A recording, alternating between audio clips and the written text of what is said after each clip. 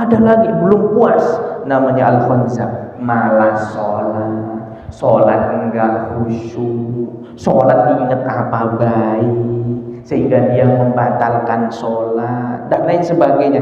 Itu namanya al-khanzab. Coba Bapak Ibu, lini mana kehidupan kita yang enggak ada godaannya? Semua ada. Bismillahirrahmanirrahim. Assalamualaikum warahmatullahi wabarakatuh.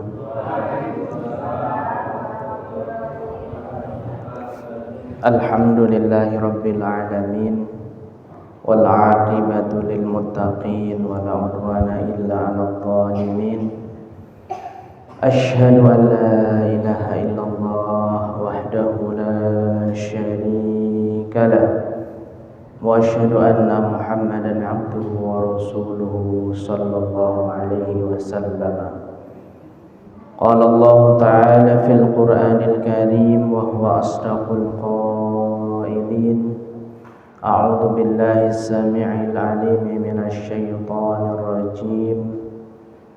Wa id qulna lil malaikati isjudu li Adama fasajadu illa iblis aba wastakbara wa kana minal kafirin. Wa qala Rasulullah sallallahu alaihi wasallam, khairukum man ta'allama al-Qur'ana wa 'allamahu. Shadaqallahul 'azim wa shadaqa rasuluhun nabiyul karim wa nahnu ala dzalika minasy syahidin wasyakirin. Amma ba'du. Alhamdulillahirabbil alamin. Puji syukur kehadirat Allah Subhanahu wa taala. Alhamdulillah pada malam hari ini kita bisa berjumpa kembali di masjid yang insyaallah menjadi tempat keberkahan ini, yang insyaallah menjadi tempat di mana kita belajar, menjadi tempat di mana kita dididik, menjadi tempat di mana kita ditemukan, menjadi tempat di mana kita dikumpulkan di sini dan di surganya Allah Subhanahu wa taala nanti. Amin ya rabbal alamin.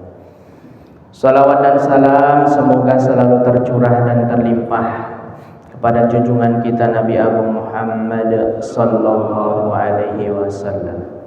Hadirin Bapak dan Ibu rahimakumullah, mari kita bersama-sama beristighfar. Astaghfirullah Rabbal baraya, astaghfirullah minal khataya, Rabbi zidni ilman nafi'an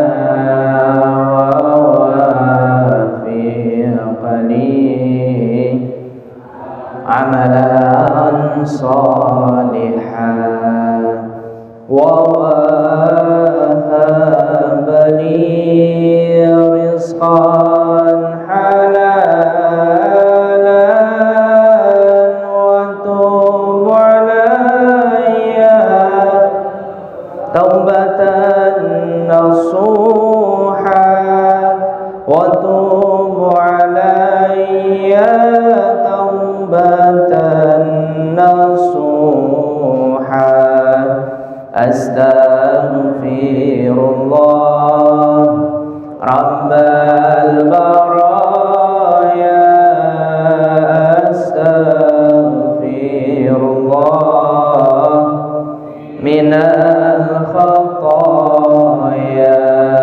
Subhanallah walhamdulillah wa la ilaha illallah wallahu akbar. Subhanallah walhamdulillah wa la ilaha illallah wallahu akbar. Subhanallah walhamdulillah wa la ilaha illallah wallahu akbar wa la hawla wa la quwwata illa billahil aliyyil azim. Allahumma salli ala sayyidina Muhammad wa ashghilil zalimin bil zalimin. Allahumma salli ala sayyidina Muhammad wa ashghilil zalimin bil zalimin wa akhrijna min bainihim salimin wa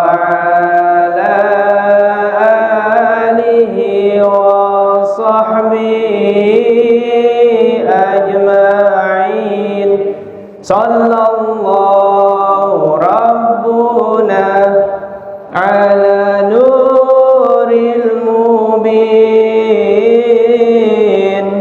Ahmad al-Mustafa sayyidil mursalin wa ala alihi wa sahbihi ajma'in wa ala alihi wa sahbihi ajma'in.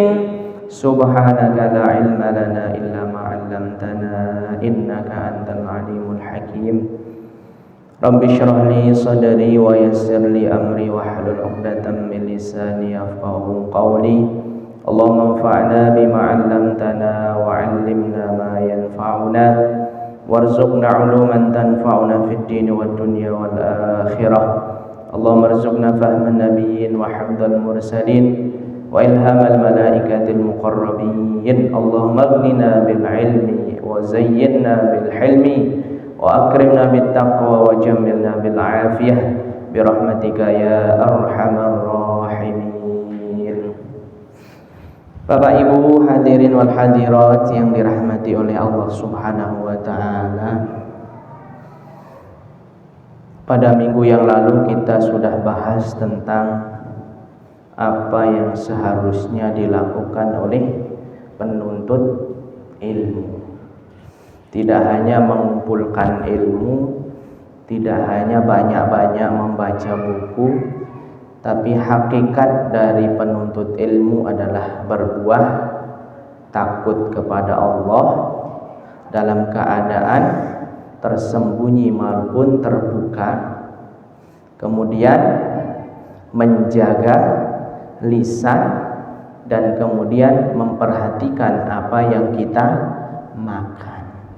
Jangan sampai apa yang kita makan itu tidak termasuk dalam hal-hal yang dihalalkan oleh Allah Subhanahu wa taala.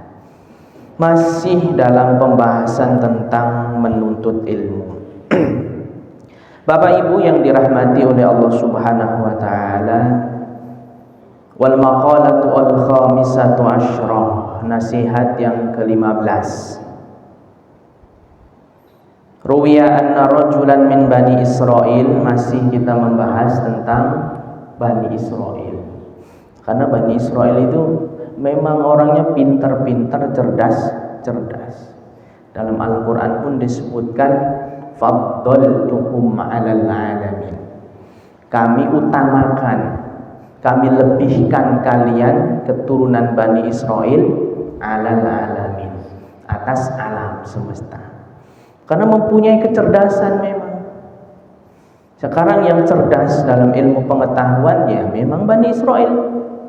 Yang cerdas dalam ilmu teknologi militer, ketahanan militer orang Israel. Yang cerdas dalam mengatur perekonomian dunia orang Israel, ya, keturunan Israel. Satu sisi mereka memang diberikan kecerdasan karena mereka menuntut ilmunya gigih memang. Itu orang-orang Israel, ya, orang-orang keturunan Israel, ya. Maka di sini disebutkan bahwa dikisahkan ada seorang laki-laki dewasa dari Bani Israel, jama'a thamanina tabutan minal ilmi.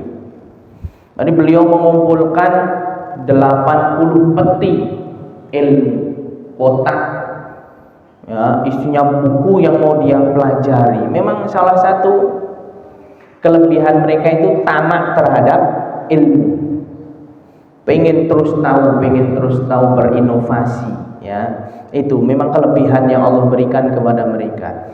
Di sini pun disebutkan, ya, bahwa ada seseorang dari Bani Israel yang mengumpulkan 80 peti, ya, dari buku-buku ilmu yang akan dia pelajari. Kalau 80 peti itu berapa halaman aja, ya. Kita baca 3 halaman udah ngantuk. Apalagi yang kayak begini-begini, yang gak ada rambutnya, yang gak ada kumisnya. Jangankan 3 halaman, 2 baris saja udah puyeng apa maksudnya. Kalau dulu Masya Allah, ya, dulu memang orang itu mengagul-ngagulkan ilmu. Memang ilmu itu menjadi salah satu kebanggaan, ya, bisa berilmu, ya. Maka kalau zaman dulu, zaman-zaman era pertengahan peradaban Islam itu, semakin seseorang mengarang buku, semakin bahasanya tinggi, semakin susah untuk dipahami, berarti itu semakin semakin disanjung, ya. Kalau kita jangankan yang sulit dipahami, yang kita pahami aja kadang-kadang males membacanya, ya kan? Beda membaca WA dari orang, status dari orang, mau gesit, ya, apalagi membaca kabar-kabar di Facebook, scroll Instagram. Wah, itu jadi minat baca orang Indonesia itu tinggi, tapi bacanya baca story aja. Kalau baca kitab, baca buku itu minatnya ranking kesekian, ya. Mungkin ranking 3 dari dunia, tapi dari bawah, bukan dari atas tuh. Jadi kalau kita lihat negara-negara yang maju, pasti minat bacanya tinggi, ya. Negara-negara yang mempunyai peradaban yang baik itu pasti minat bacanya tinggi, karena dari baca kita bisa membuka wawasan dunia. Bapak Ibu yang dirahmati oleh Allah Subhanahu wa taala, ini ada seseorang dari Bani Israel. Beliau mengumpulkan 80 peti yang akan dia pelajari dari ilmu. Sebagian sudah dibaca, ya. Walhal annahu la yantafi' bi'ilmihi. Tapi enggak bermanfaat ilmunya. Bingung dia. Saya punya ilmu banyak, saya sudah kumpulkan buku sampai 80 peti. Tapi kejadiannya enggak bermanfaat itu ilmu yang dia punya. Fa'auhallahu ta'ala, maka Allah mewahyukan ila nabiyihim alaihi salam, kepada nabi mereka dari Bani Israel, an tafsiriyati, menjelaskan, qul li hadzal jami', katakan wahai Nabi, Allah mewahyukan kepada seorang nabi dari Bani Israel, ya, katakan kepada orang yang mengumpulkan 80 peti dari ilmu ini, litilkal kutub, untuk buku-buku yang dia kumpulkan, lau jama'ta katsiran minal ilmi lam yanfa'ka illa an ta'mala bi thalathati asya. Berapapun ilmu yang kita kumpulkan, Bapak Ibu yang dirahmati oleh Allah Subhanahu wa taala, S1, S2, S3, profesor, dia sudah membaca buku, ratusan buku, bahkan mungkin ribuan buku dia baca, dia habiskan, tidak akan pernah bermanfaat ilmu itu kecuali dibarengi dengan 3 hal yang harus diamalkan. Nah, ini yang jadi catatan. Jadi ilmu itu tidak hanya sebagai pengetahuan saja. Semua orang bisa membaca, semua orang bisa menelaah, tapi tidak semua orang mendapatkan manfaat dari ilmu. Bahkan ilmu itu bisa menyeret kepada kemadorotan, bahaya. Maka di sini dinasihatkan, kamu tidak akan pernah mendapatkan manfaat dari ilmu walaupun segudang ilmu kamu pelajari, walaupun ribuan buku kamu hatamkan, sampai kamu melaksanakan 3 hal. Apa itu 3 hal yang menjadi catatan di sini adalah yang pertama, la tuhibbud dunya. Jangan cintai dunia. Banyak orang berilmu, banyak orang yang sekolah, banyak orang yang lulusan Mesir, lulusan Saudi, lulusan Sorbonne University, lulusan Cambridge University, Oxford University, Berkeley University, McGill dan lain sebagainya yang ada di Senayan. Ya enggak, Bapak Ibu? Yang ada di Senayan, yang ada di DPR, anggota-anggota DPR, yang ada di perusahaan-perusahaan yang memegang wewenang, yang memegang keputusan dalam hidup bernegara ini. Banyak sekali orang yang pintar, tidak akan manfaat ilmu yang dia pelajari kecuali satu, jangan dijadikan cintanya kepada dunia. Kalau sudah cinta kepada dunia, ilmunya akan hilang. Kalau sudah cinta terhadap dunia, batas-batas yang dia punyai akan dia langgar. Nah itu, maka yang jadi catatan nomor 1 di sini adalah la tuhibbud dunya ai mata'aha wa zukhrufaha. Jangan cintai kenikmatan dunia, jangan cintai tipu daya kepalsuan dunia, jangan cintai hingar-bingarnya dunia. Memang dunia ini indah, tapi jangan diletakkan di dalam hati kita. Jangan dijadikan dunia itu tujuan dari ilmu. Maka kita berdoa, Allahumma la taj'alid dunya akbar hammina wala mablagha ilmina. Allahumma ya Allah, la taj'alid dunya, jangan engkau jadikan dunia akbar hammina, keinginan kami yang paling tinggi, wala mablagha ilmina, jangan jadikan dunia ini tujuan dari kami berilmu. Nah, kalau belajar yang tinggi, biar ntar kerja dapat gaji yang banyak, duitnya banyak, jadi orang terkenal, bapak senang. Itu seorang orang tua yang salah mengarahkan anaknya. Karena kita mengarahkan seorang anak untuk mencintai dunia. Nah, belajar yang baik. Semoga ilmu kamu bisa menjadi bekal kamu menjadi anak soleh, anak yang bermanfaat, anak yang bisa membahagiakan orang tua. Yang terpenting, anak yang bisa mendoakan bapak ibunya kalau bapak ibunya sudah tiada. Adapun rezeki yang banyak, dunia yang banyak yang Allah kasih, itu bonus dari Allah Subhanahu wa ta'ala kepada kita. Jangan sampai dunia ini kita jadikan mablagha ilmina, tujuan akhir dari ilmu yang kita pelajari. Boleh kita belajar fisika, boleh anak-anak kita belajar komputer, boleh. Tapi jangan dijadikan ilmu yang mereka pelajari itu wasilah mendapatkan dunia.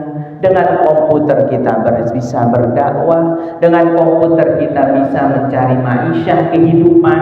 Yang kehidupan itu salah satu kewajiban seorang laki-laki, yaitu memberikan nafkah kepada anak dan istri. Begitu kita menjelaskannya.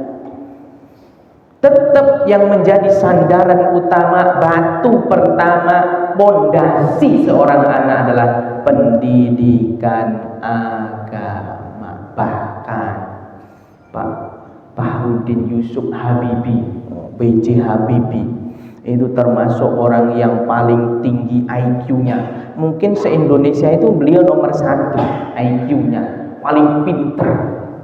Beliau itu pernah mengatakan dalam satu quotes-nya, kalau boleh saya mengulangi hidup saya pengen punya anak yang pintar ilmu agama. Saya pengen punya anak yang bisa mengaji. Saya pengen punya anak yang anak itu bisa mendoakan saya ketika saya meninggal. Itu Pak Habibie. Memang ilmu-ilmu dunia ini manfaat, tapi jangan lupa kita harus punya fondasi yang utama. Agar apa? Agar kita tidak menjadikan dunia itu di dalam hati kita. Itu penyakit hati. Karena apa? Kalau kita menjadikan dunia ini ghayatul ilmi, tujuan dari ilmu, kita akan menghalalkan segala cara untuk mendapatkan dunia dengan ilmu kita. Akhirnya ilmu yang kita miliki kita buat menipu orang, ngakalin orang, bagaimana cara membuat intrik-intrik agar kita mendapatkan kepuasan dunia. Maka kata Pak Kiai saya, tidak berharga orang yang pikirannya adalah perut dan ke bawah. Tapi berharga orang yang punya pikirannya bahwa dia memikirkan hal-hal yang bermanfaat buat dia dan bagaimana dia bermanfaat buat orang lain. Maka Bapak Ibu yang dirahmati oleh Allah Subhanahu wa taala, di sini dijelaskan bahwa garis bawah orang berilmu, orang menuntut ilmu itu wajib betul, tapi ingat, jangan jadikan dunia itu adalah cinta kita. Jangan dunia dijadikan sebagai tujuan utama kita menuntut ilmu. Karena apa? Falaisat bidar al-mu'minin. Karena dunia itu bukanlah rumahnya orang-orang yang beriman. Bapak Ibu yang dirahmati oleh Allah Subhanahu wa taala, dunia ini bukan rumah kita. Rumah kita sebenarnya adalah surga. Wa idh qala rabbuka lil malaikah, ya, ketika Tuhan berfirman kepada malaikat, usjudu li Adam, itu di surga. Dunia ini apa? Darul imtihan, tempat kita diuji, kuat gak, tahan gak, agar kita kembali lagi ke tempat yang kita sebenarnya diciptakan, nenek moyang kita Nabi Adam alaihis salam, fil jannati, di surganya Allah Subhanahu wa ta'ala. Falaisat bidaril mu'minin. Maka dunia ini bukanlah tempat tinggalnya orang yang beriman, hanya tempat singgah mencari bekal menuju rumah yang dia tuju, yang dia diciptakan dulunya di situ. Boleh Pak Ustadz, kalau begitu kita nggak boleh jadi orang kaya. Boleh, silakan jadi orang kaya, boleh, tapi orang kaya yang dermawan. Minal aghniya'il atqiyah, ahabbul abdi, salah satu manusia hamba Allah yang paling dicintai oleh Allah Subhanahu wa taala, al-aghniya, orang-orang kaya yang al-atqiyah, yang takwa kepada Allah Subhanahu wa taala. Boleh jadi orang kaya, boleh duitnya miliaran triliunan, boleh, tapi dia jadikan itu untuk bekal ketakwaan dia. Coba dakwah kalau nggak ada duitnya nggak jalan. Bangun masjid kalau nggak ada duitnya, apa yang mau dibantu? Beli semen pakai duit, ya kan? Siapa yang menjadi pendorong orang-orang kaya? Nabi Muhammad SAW berdakwah, siapa yang menjadi sponsor beliau? Khadijatul Kubro, manusia terkaya di Makkah Al-Mukarramah, yang menginfakkan seluruh hartanya di jalan dakwahnya Rasulullah Sallallahu Alaihi Wasallam. Ustaz, kalau begitu Islam mengajarkan kita miskin? Enggak ada miskin dalam Islam. Yang ada hanya cukup atau kaya. Itu rumus dalam Quran. Tidak ada kata-kata miskin di dalam Islam itu. Yang ada cukup untuk sehari-hari, cukup untuk kebutuhan, atau orang yang kaya. Jadi boleh kita jadi orang kaya. Ini tidak mengajarkan kita menjadi orang-orang yang miskin, tidak, tapi boleh, asalkan kekayaan kita dijadikan wasilah kita untuk bertakwa. Tidak menjadikan juga memerintahkan kita jadi orang bodoh, tidak. Orang yang berilmu, yang ilmunya digunakan untuk ketakwaan, sehingga dia bisa menjelaskan kepada orang-orang, sehingga dia bisa mengajak kepada orang-orang untuk taat kepada Allah Subhanahu wa ta'ala. Ingat, fa innamad dunya, sesungguhnya dunia, laysat bidaril mu'minin, bukanlah rumah orang-orang yang beriman. Fa innamad dunya, dan sesungguhnya dunia itu adalah darul imtihan, yaitu tempat kita diuji oleh Allah Subhanahu wa ta'ala.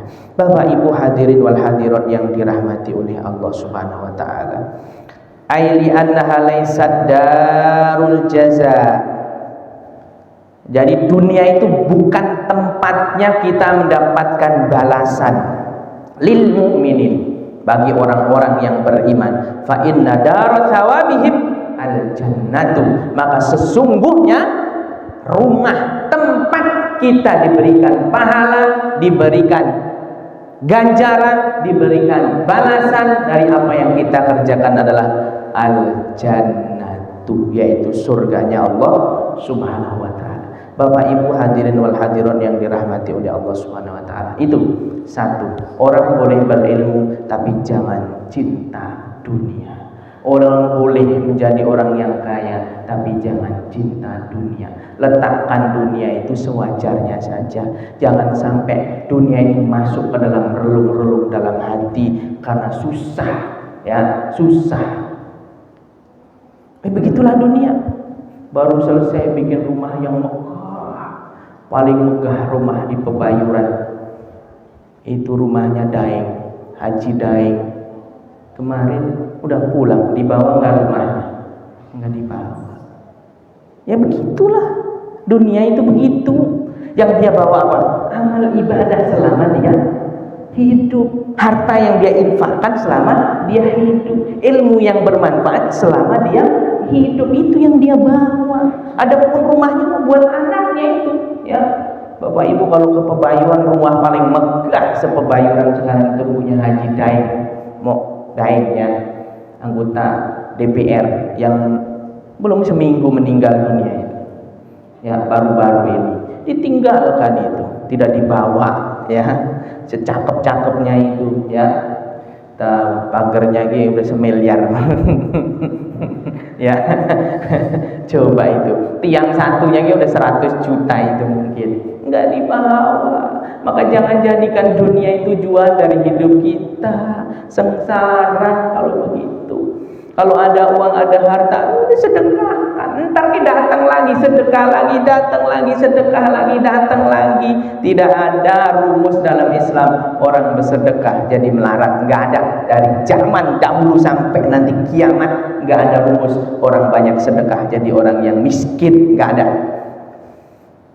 Karena apa? Mana kusot sodakotun min mal, ini kata Nabi bukan kata saya. Tidak akan pernah berkurang, atau sedekah itu tidak akan pernah mengurangi harta. Jangan takut, ya. Dekengan kita, belakang kita, backingan kita adalah Allah Subhanahu wa ta'ala. Maka jangan takut, kalau sedekah saya takut begini, kalau begini. Enggak. Ya, Bapak Ibu yang dirahmati oleh Allah Subhanahu wa taala, semakin kita banyak memberi, maka semakin kita dapat banyak mendapatkan dari Allah Subhanahu wa taala. Satu, jangan jadikan cinta dunia, ya, jangan jadikan hati kita terlalu mencintai dunia kalau kita punya ilmu. Bapak Ibu yang dirahmati oleh Allah Subhanahu wa taala, yang kedua, wala tusahib syaitanan. Jangan jadikan setan itu teman kita. Bi'antutia amrohu, yaitu dengan mentaati perintah-perintahnya, perintah-perintah setan. Ya. Bi mukhalafati amrillah, dengan menyelisih, meninggalkan perintah-perintah Allah Subhanahu wa taala wa rasuluh dan Rasulullah sallallahu alaihi wasallam. Memang Bapak Ibu, ini musuh buat kita yang nyata. Dalam surah Yasin itu disebutkan, alam ahad ilaikum ya bani adam alla ta'budus syaitan. Ya, inna syaitana, sesungguhnya syaitan lakum aduwwum mubin. Setan itu bagi kita adalah musuh yang nyata. Maka jangan pernah kita menjadikan setan itu sebagai sahabat kita, sebagai teman kita. Jadikan dia musuh yang selalu kita perangi. Karena apa? Janji nih ya, janji iblis. Ya, setan itu ketuanya adalah iblis. Iblis memang zaman dulu yang sering kali saya jelaskan, namanya Azazil, dari Aziz, yang kuat, perkasa, kuat, berilmu, pintar. Itu iblis, sebelum namanya iblis. Hamba Allah, al-il itu ilah, hamba Allah yang kuat, yang perkasa, yang menyembahnya paling banyak, bahkan dia disebut kepala para malaikat, itu Azazil. Sebelum dia berpaling, sebelum dia menolak perintah Allah untuk bersujud kepada Adam. Apa janji iblis? Wala udhillannahu. Janji iblis satu, wala udhillannahu, benar-benar saya akan menyesatkan keturunan Adam. Jadi ini janji iblis. Ketika iblis, innaka, sesungguhnya kamu itu termasuk ar-rajim, orang yang terusir. Ya, makhluk Allah yang terusir dari surga. Dia janji wala udhillannahum. Oke, tapi aku akan menyesatkan semua keturunan Adam kalau bisa. Yang kedua, wala umanniyannahum. Bahaya yang kedua nih. Aku akan menghiasi mereka dengan angan-angan. Wah, seandainya saya punya mobil Alphard, wah, enak kayaknya. Enak banget ya itu orang ya, punya bini 4, cakep-cakep. Bodinya udah kayak gitar Spanyol. Kayaknya mah enak. Itu enak banget ya, punya laki tinggi, gagah, baik. Laki saya mau begitu adanya. Itu angan-angan. Jadi Bapak Ibu, yang membuat kita berangan-angan itu siapa? Iblis.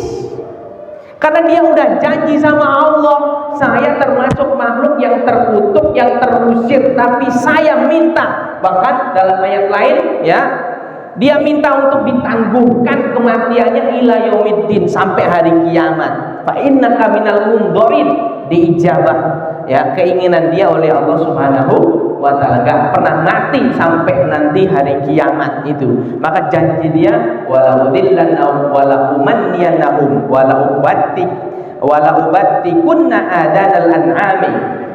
Ya, saya akan menyuruh mereka untuk memotong kuping-kuping hewan zaman dahulu. Wala amrannahum fala yughayyirunna khalqallah. Ini ibu-ibu, aku akan menyuruh mereka untuk yughayyiranna, merubah khalqallah, apa yang sudah Allah ciptakan dengan sempurna. Hari ini hidung kurang mancung dimancungin. Ya, operasi plastik. Bibir kurang tebel.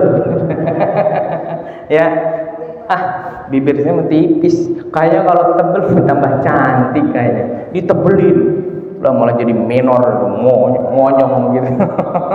Ya Allah.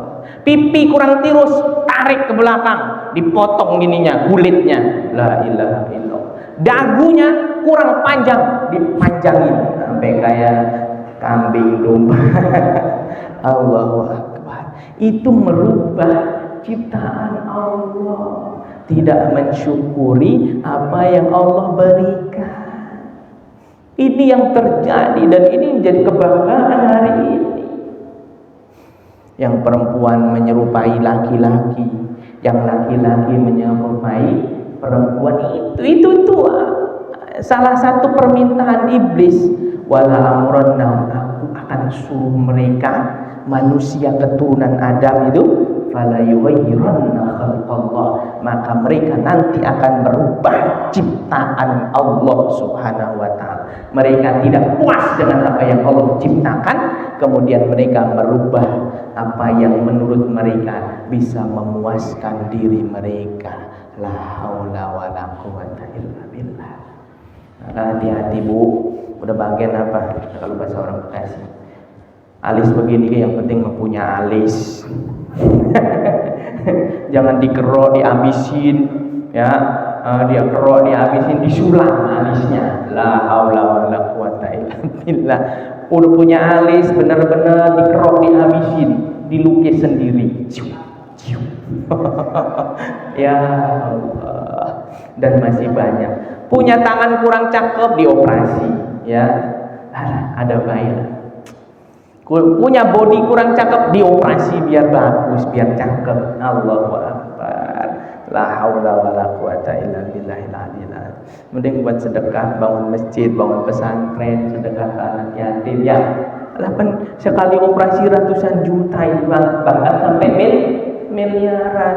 Masya Allah. La haula wala quwata illa billah. Wa may yattakhidhish syaitana waliyan min dunillahi faqad khasira khusranan mubina.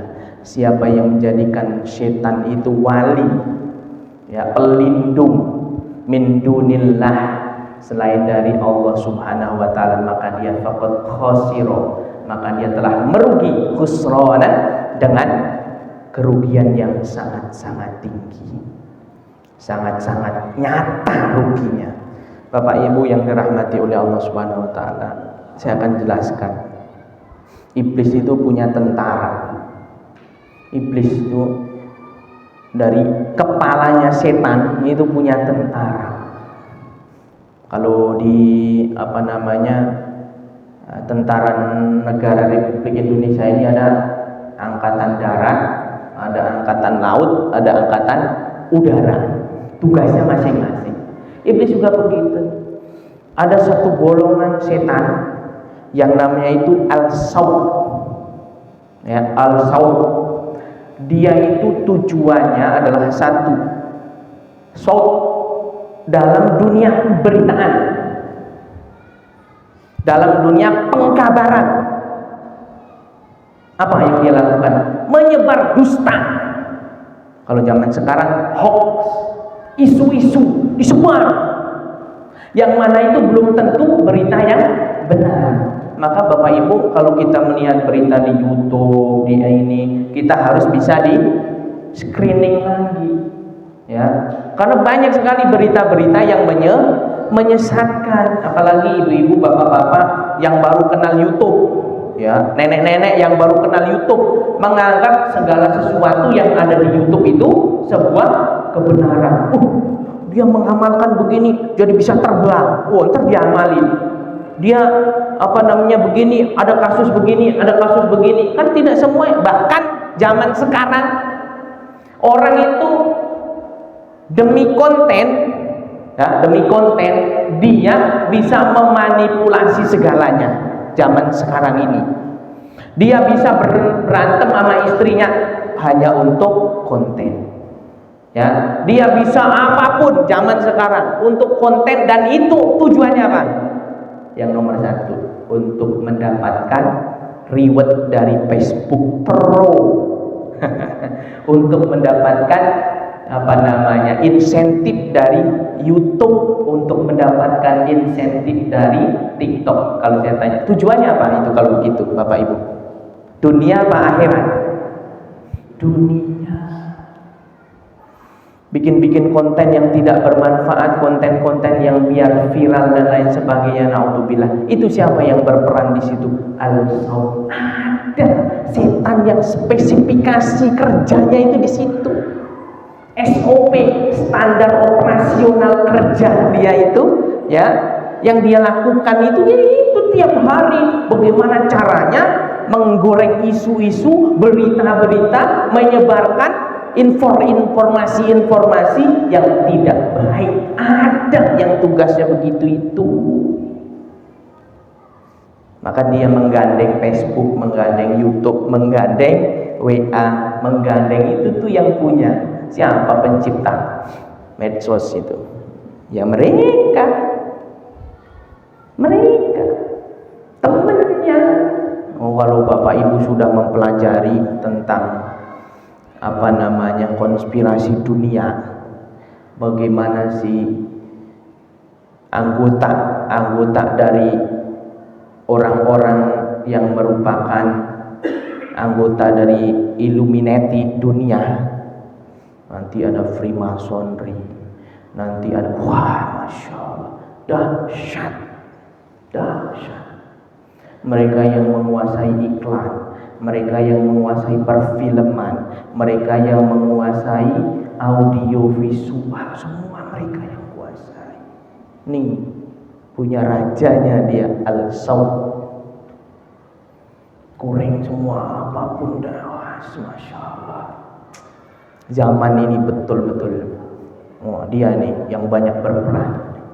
Maka hati-hati dalam pemberitaan, hati-hati hindari dusta, hindari hal-hal yang sifatnya hoax, hindari isu-isu yang tidak penting buat kita. Fokus untuk beribadah, meningkatkan diri, meningkatkan taquruban kita kepada Allah, ketakwaan kita, ketaatan kita kepada Allah Subhanahu wa ta'ala. Boleh sesekali main, boleh sesekali berhibur, boleh, tapi jangan sering. Bapak Ibu yang dirahmati oleh Allah Subhanahu wa ta'ala. Yang kedua, ada lagi yang SOP-nya beda. As-sabru. As-sabru ini apa? Tentara iblis yang tujuannya atau mempunyai tugas untuk apa? Hal-hal yang bersifat ujian, galau. Begini sih hidup saya, susah. Tuhan itu gak adil. Ini as-sabru. Tidak sabar.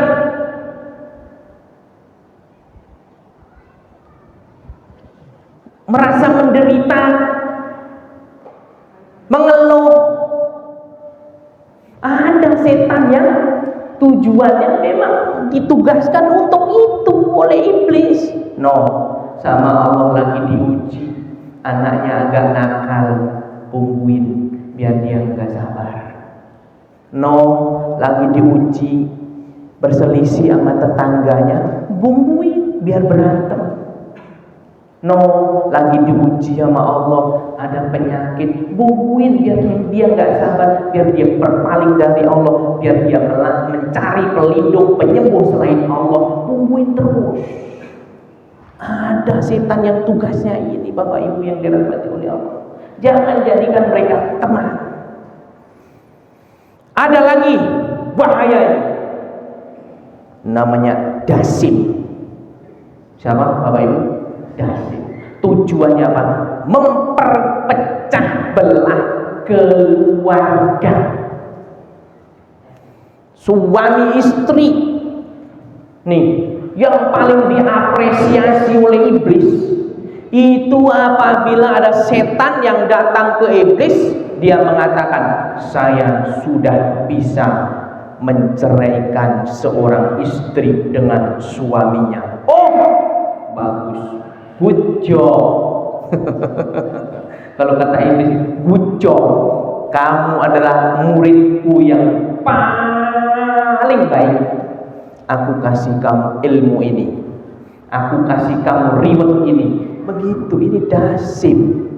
Jangan ikuti. Banyak permasalahan memang dalam berumah tangga. Jangan sampai kita mengikuti apa yang menjadi keinginannya dasib. Karena ada setan yang spesialisasinya mengganggu keutuhan berumah tangga. Ada yang dititipin di pelakor. Ya, ada yang dititipin di orang bos, ada yang dititipin di manajer, ada yang dititipin apa aja, dan SIM di situ ada. Ya, maka Bapak Ibu yang dirahmati oleh Allah Subhanahu wa taala, itu perlunya kita menguatkan kehidupan dalam rumah tangga dengan bingkai-bingkai keislaman. Nih kalau mau punya anak yang mau nikah, Bapak Ibu saya tanya, kalau kita punya anak mau nikah, persiapannya apa? Kalau yang laki-laki, siapin maharnya, ya enggak?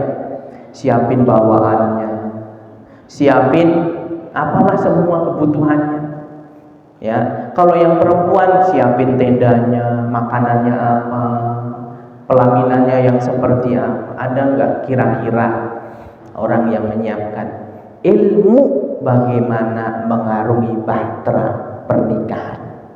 Kira-kira cara langkah adab-adab suami istri ketika bagaimana dia melakukan malam pertama, bagaimana biar terselamatkan dari setan. Karena setan tuh ikut kita terus, menggoda kita terus. Bagaimana caranya menciptakan anak yang soleh dan soleha, doa-doanya seperti apa, adab-adabnya seperti apa. Itu ada semua dalam kitab-kitab hazanah keilmuan keislaman.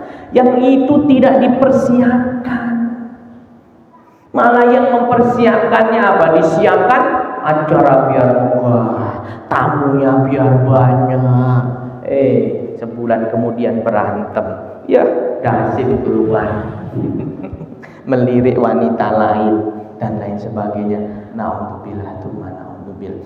Maka ya, kita kalau sebagai orang tua, saya punya anak, Bapak Ibu juga punya anak. Nanti kalau anak kita sudah dewasa, sudah mau nikah, beliin buku atau enggak suruh ngaji bagaimana persiapan untuk menghadapi pernikahan. Penting. Ya, penting ini. Nah, kalau saya dulu disuruh puasa dulu sebelumnya dan sebagainya lah, banyak sekali ya. Syariat-syariatnya ada dalam kitab-kitab fikih ya. Yang paling terkenal Qurratul Uyun, ada Uqudul Lijen, ada Fathul Lisan dan sebagainya. Itu kitab-kitab yang menjelaskan tentang adab-adab bagaimana hubungan suami istri, bagaimana hak-hak seorang suami, hak-hak seorang istri, kewajiban mereka berdua kepada sesamanya atau kepada anak keturunannya. Itu ada. Jangan sampai kita tergoda oleh dasib. Hanya masalah-masalah kecil terus kita besar-besarkan dan lain sebagainya. Naudzubillah summa naudzubillah. Bapak Ibu yang dirahmati oleh Allah Subhanahu wa taala, itu.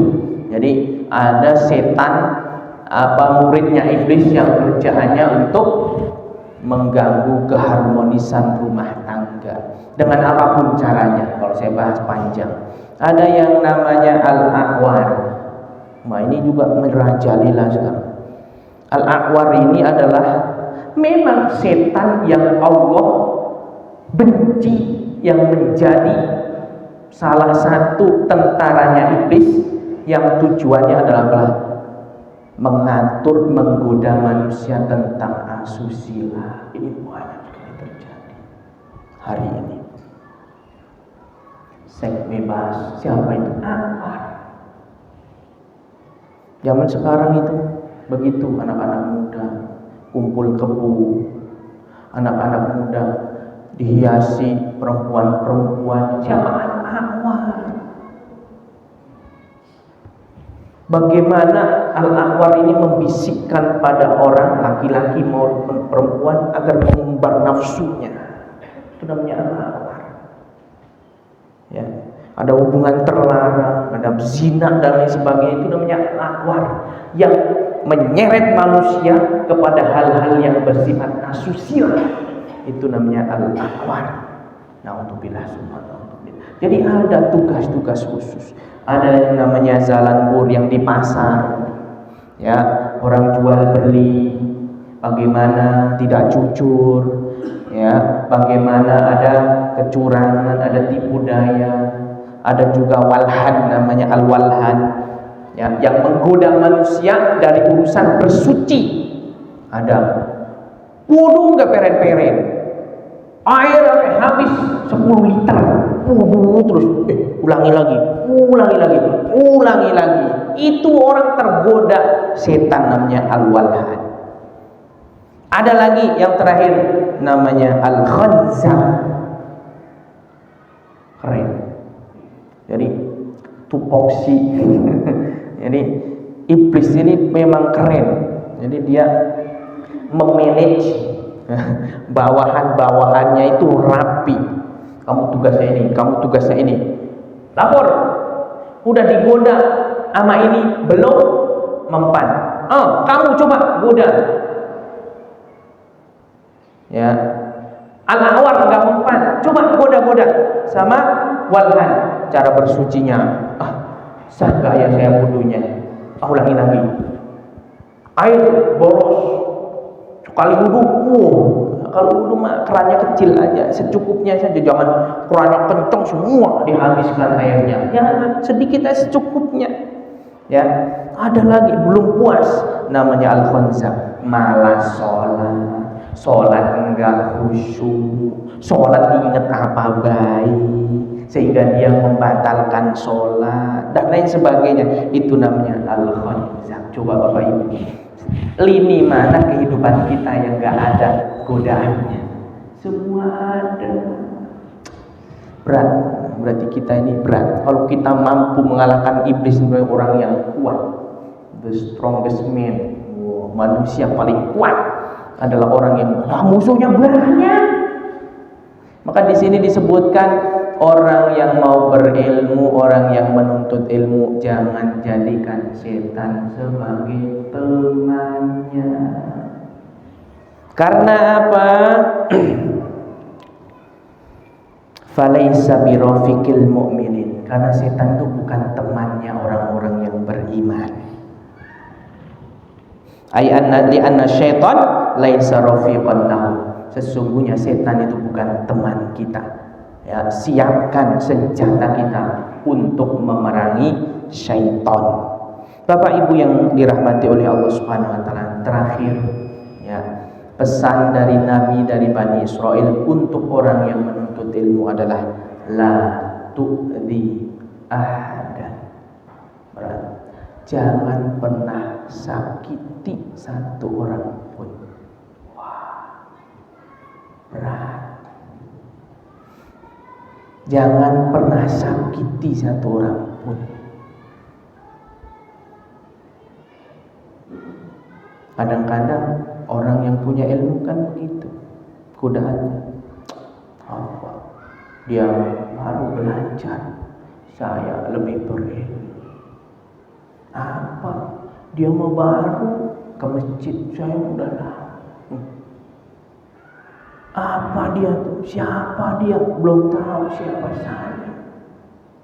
Itu kan menyakiti hati orang. Jadi ciri orang yang berilmu tidak menyakiti orang lain, siapapun. La tu'dhi ahadan min ibadillah, dari hamba-hambanya Allah. Falaisa biharfatil mu'min, karena itu bukan kerjaannya seorang mukmin. Ai li'annal ida laisa sun'atuhu, karena memberikan penyakit, memberikan cobaan, memberikan ujian itu perbuatan orang muslim. Di sini satu, orang kalau mau ilmunya manfaat, satu, jangan cinta terhadap dunia.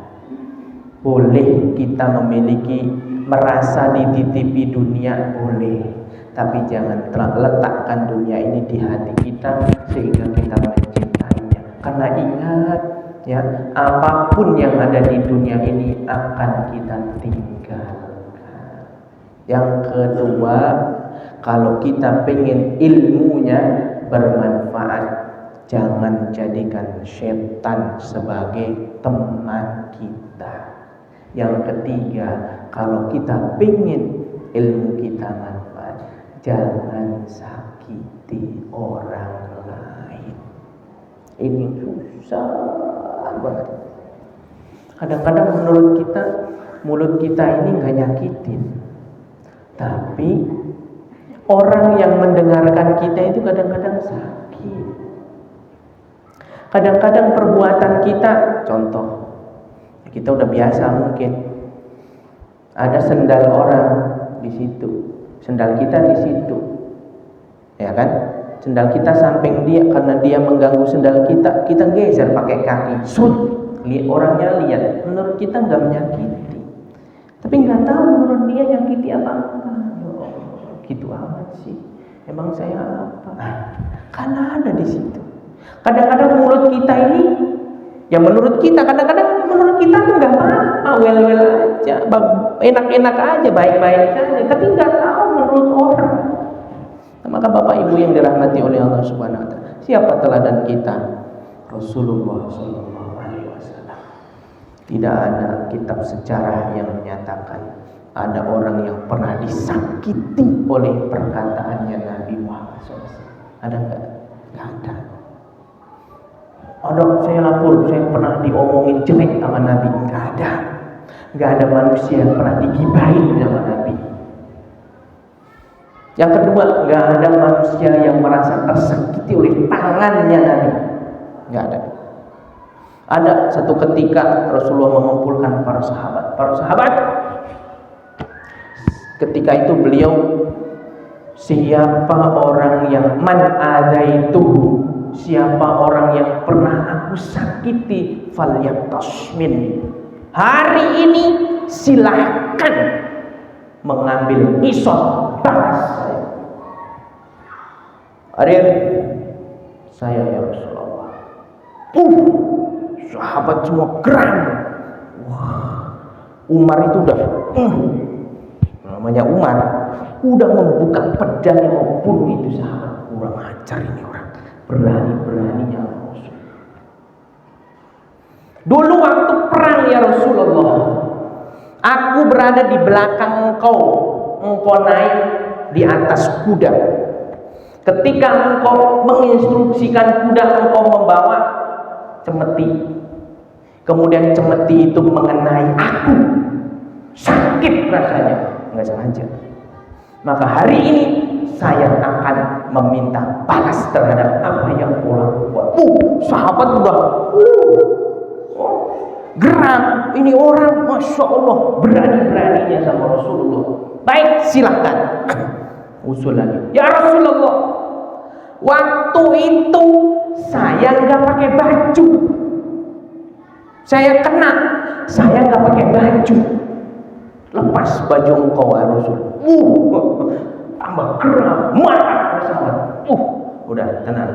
Memang dia mau mengisah saya, membalas saya daripada ada dusta antara saya dan dia. Tidak. Buka tuh baju Rasul, dibuka Bapak.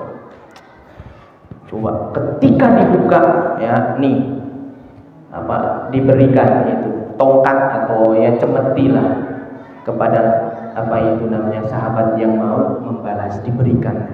Apa yang dia lakukan? Ketika itu beliau taruh itu cemeti, beliau peluk Rasulullah. Masya Allah. Apa dia kata?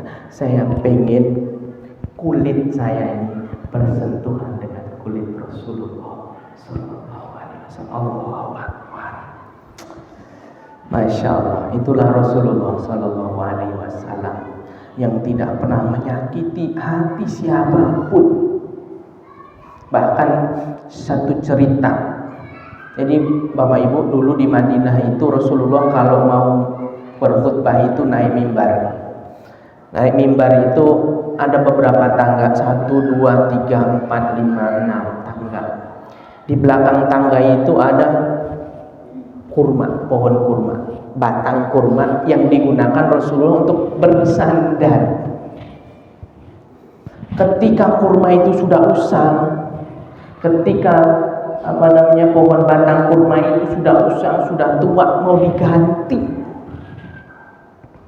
diganti dengan yang baru.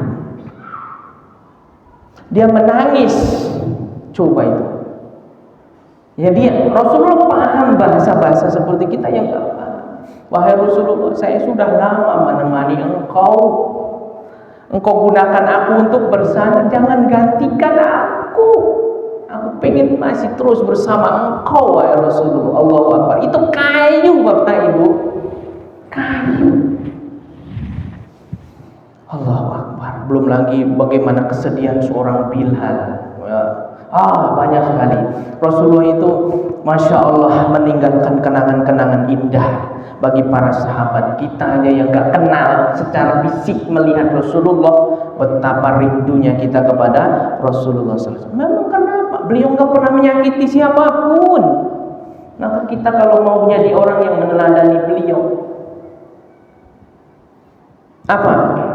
Innamal mar'u hadithun ba'dahu.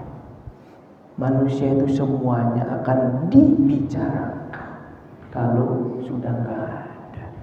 Fakun hadithan hasanan liman wa'a. Jadilah pembicaraan yang baik kepada siapapun yang kenal dengan kita.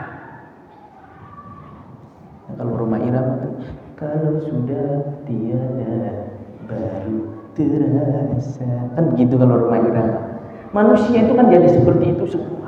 Ya Allah, dulu ada orang di perumahan Tunggak Jati ini baik, sedekahnya baik, banyak, nggak pernah nyakiti orang. Wah, kalau kita dibicarakan kebaikan kita, begitu bangga dan bahagianya kita. Maka Bapak Ibu yang dirahmati oleh Allah Subhanahu Wa Taala, agar ilmu kita bermanfaat, janganlah kita menyakiti orang lain. Apalagi orang yang tidak mampu, apalagi orang yang kita anggap di bawah kita.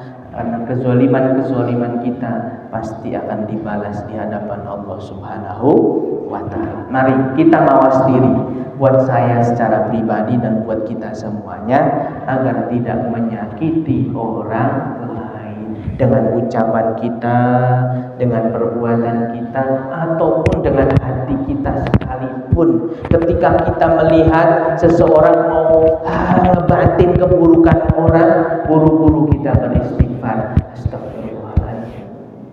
Kalau kita sudah terlanjur mengomongkan keburukan orang, beristighfarlah atas nama orang itu. Ya Allah, tadi saya ngomongin keburukan ibu ini, ya Allah ampunilah dosa ibu ini. Nah gitu caranya ya. Jadi kalau kita sudah terlanjur mengomongkan keburukan orang, maka kita mengistighfarkan orang tersebut ya, yang kita bicarakan keburukannya kepada Allah Subhanahu wa Ta'ala. Astagfirullahaladzim li fulan bin fulan. Astagfirullahaladzim li ibu ini. Astagfirullahaladzim li bapak ini. Jadi itu kafarat orang gibahin orang ya. Jadi kafaratnya orang gibahin orang, menyebutkan keburukan orang adalah bagaimana dia memintakan ampun kepada Allah atas nama orang tersebut. Kafaratu manigtabtahu antastaghfirullah. Jadi kafarat terhadap orang yang pernah kita omongkan keburukannya adalah kita mengistighfarkan orang itu kepada Allah agar Allah ampuni dosa-dosa kita. Maka itu menjadi kafarat. Jadi kita tidak berdosa kepada orang tersebut. Bapak Ibu yang dirahmati oleh Allah Subhanahu wa Ta'ala, mudah-mudahan ilmu yang kita pelajari bisa menjadi ilmu yang manfaat.